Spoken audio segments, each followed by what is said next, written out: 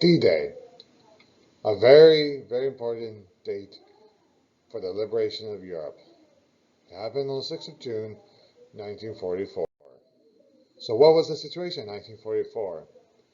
The Russians had been defeated along the Eastern Front against the advancing Germans or the Nazis, and so the Nazis were on the defensive, while the Allies were victorious in Africa and were getting ready to launch an assault onto Italy, also known as the underbelly, the weak point in the Axis powers. Now, on the Russian front, on the 23rd of August 1939, the Nazis and the Soviets had signed a non-aggression pact which vowed that they would not interfere with each other's businesses. They will not make war upon each other either. However, less than 2 years later, in 1941, the Soviet Union was attacked by the Nazi Germany.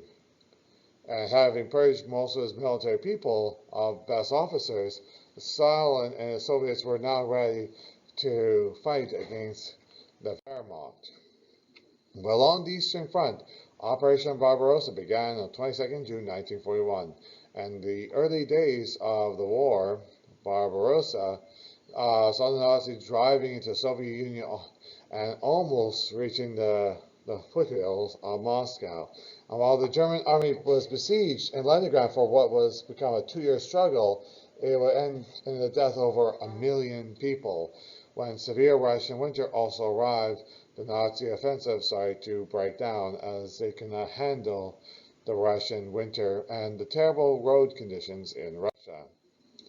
But eventually the tide will turn. The Nazis will need supplies and resources to continue the war, so the victory would be guaranteed there.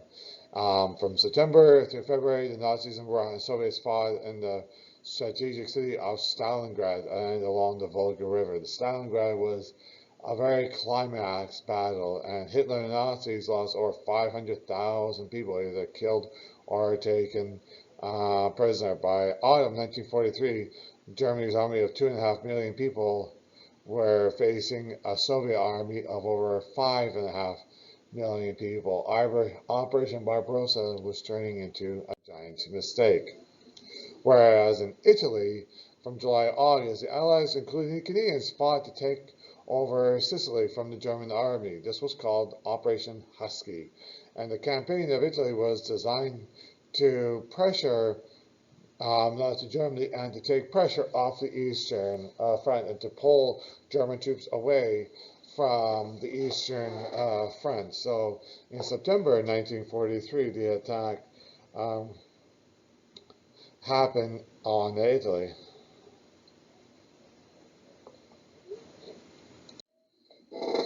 Eventually, that would lead to the Italian surrender in 1943, and actually Italy would split into two countries, with the southern half supporting the Allies and the northern half supported by the Nazi Party. And the Allied planners thought the Italian campaign would be over in a matter of weeks, though, but they would be drastically wrong. They would fight in desperation and death, and it would be a year before Allied troops would be able to enter into Rome. But the actual march into Rome would be overshadowed by the liberation of France. Now, for the Battle of Italy, when Italy formally surrendered in September, the Italians, as I mentioned, broke into two camps, one pro-German, the other one pro-Allied. The south was Allies, the north was German. And September 9th, the Allies landed Americans at Salerno and the British landed at Tarantino. Canadians fought elsewhere. For the Canadians, the Battle of Ortona. Ortona was an ancient city that consists of narrow streets and connected houses. Much of Ortona was reduced to rubble, making it very difficult for the Canadians to use tanks. The fighting in Ortona was incredibly ferocious. For the Germans will barricade themselves in houses and mine the streets. The fighting was house to house in the most literal sense, with Canadians blasting away through walls to get from building the building. The fighting even went through Christmas, even though the Germans would withdraw 3 days later. If you look at a map, then why O'Donnell was important was they want to breach the Winter Line. They're also known as the Hitler Line. But eventually, though, Rome will be later liberated. After the fall of Ortona, the Allies halted there because of the weather conditions. Eventually, they'll turn their attention west, where considered to be the most chances to have a breakthrough towards Rome. It took 4 major offensives between January and May of 1944 before Allies, including British, French, American, Polish, and Canadian troops, broke through, which resulted in Rome being declared as an open city and the Allies arriving in the city on the 4th of June there. But while that was happening, France would take more of the public eye and the public attention they're having the Germans occupying Italy, allowed the Allies to move forward with their plan to open up along the way to the Western Front along Europe. So the plan was, Winston Churchill and Roosevelt agreed that it was time to open up a new front in the West through the beaches of France. This was an obvious choice, and they wanted to make sure the Nazis knew that they were going to attack Pas de Calais.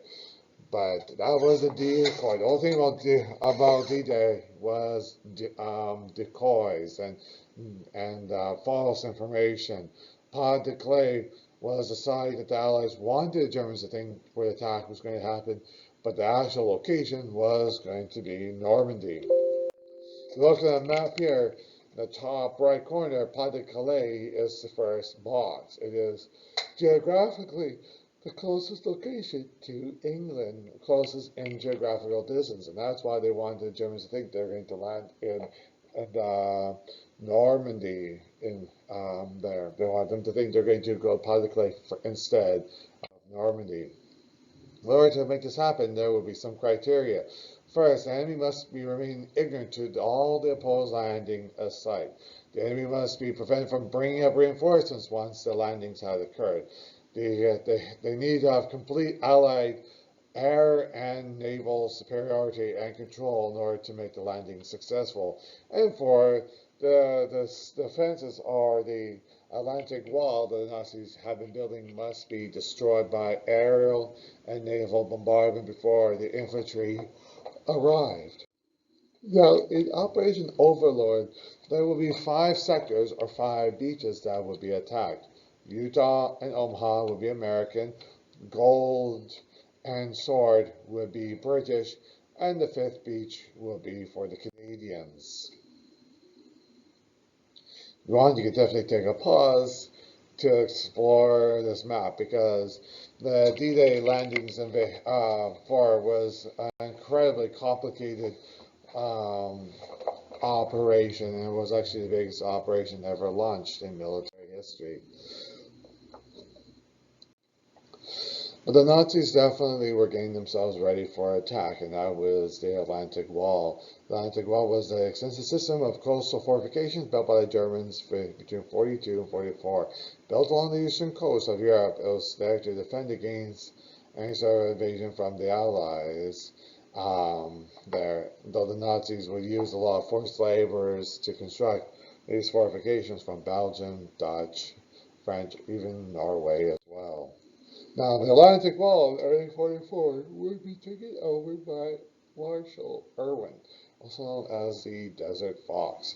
Rommel believed that the existing fortifications were inaccurate, so he had a series of reinforced concrete pillboxes built along the beaches to house machine guns and anti-aircraft guns and light artillery.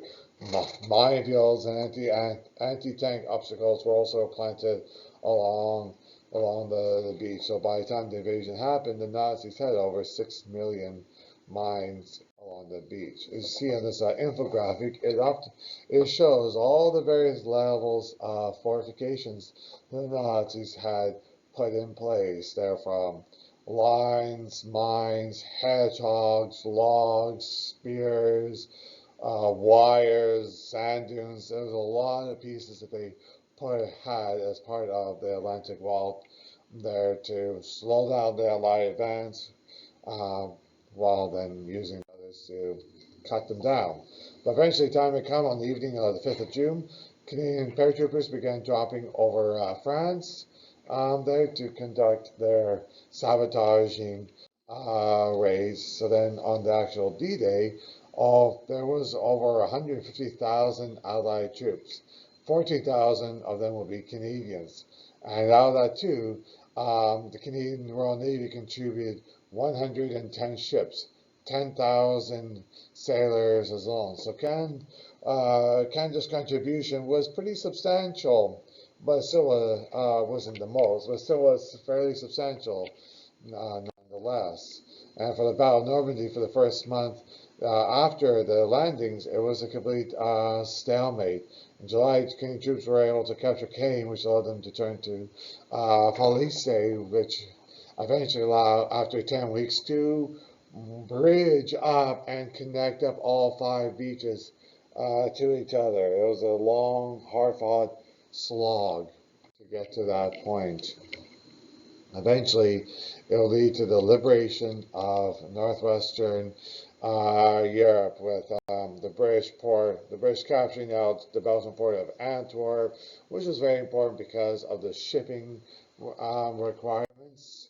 But the Canadian, while a lot of the other allies were racing towards to Berlin, the Canadians were given essentially the mop-up duty to clear out the Nazi fortifications in there and to open the Belgian city ports up for the supplies, which led to one of the big battles called the Scheldt Estuary. The Battle of the Scheldt was a series of military operations that took place in northern Belgium and southwestern Netherlands there. It becomes urgent for the Allies because it became clear that both tanks were needed, and the current fortifications in the docks that were made during the D-Day would not be satisfied enough. But while the British had freed the city, all the surrounding estuary, the lands around it, were still under Nazi control. So the Canadians were given the job to push the Nazis out there. But there was also the Battle of the Bulge, also known as the Ardennes Offensive, when the Germans gave one last offensive push to try to make the Allies turn back, but it failed. And with the Battle of the Ardennes the Bulge over, Berlin was open, and the losses for Germany were critical. Most of the German reserves were gone. The Luftwaffe had been broken. The German army was on the retreat there. So on the final days of 1945, the battle was coming close to over. Hitler would commit suicide after marrying his mistress there. Eventually, the Soviets would arrive to Berlin, and the city would fall after a massive, massive fight, which would lead to VE Day, Victory in Europe, with the Nazis formally surrendering. And then after the Roosevelt death, Truman becomes president of the United States, and Truman would, in the war in the Pacific, after a year, will give the use of dropping the atomic bombs on Hiroshima and Nagasaki. And those 2 bombs were the Fat Man and the Little Boy, dropped from the Enola Gay, because the atomic bombs were part of the Manhattan Project, the project that researched how to build the atomic bomb. So ultimately, why did the Allies win? There's a few reasons. One, they had complete superiority when it comes to industrial production and raw materials compared to the Axis powers. The Allies, because especially the empires of Britain and France and the population of America, just had more people, and also the Soviets as well. They had a strategy, the technology. While the Nazis were advanced, the Allies had better technology, no morale, and they had the financial capability to win the war far more than what the Axis powers were able to do.